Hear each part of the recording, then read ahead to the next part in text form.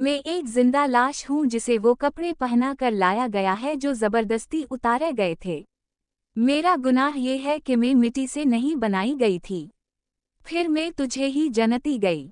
त जब जब जना गया तो या तो तने मुझे दीवार में चनुई या फिर मुझे बाजार में नचाया गया।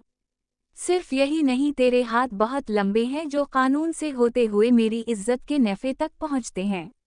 तो महबूब भी नहीं, ना शौहर और ना बाप, तो सिर्फ मर्द है, सिर्फ मर्द।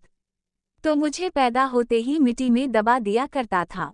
तूने मेरा नाम अनारकली रखा और फिर मुहब्बत की पादाश में मुझे दीवार में चनवा दिया।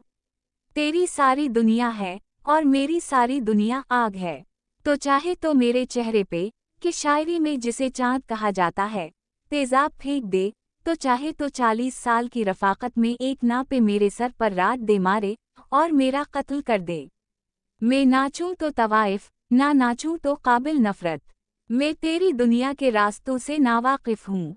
तेरी दस्तरस में मेरा सभी कुछ है, मेरी अकल, मेरी फहम, मेरा वजूद और मेरा जिस्म।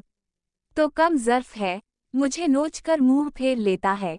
यही नहीं, मेरे तलवे चाटता है, गिरने पे आए तो मेरी हुर्मत चाटता है।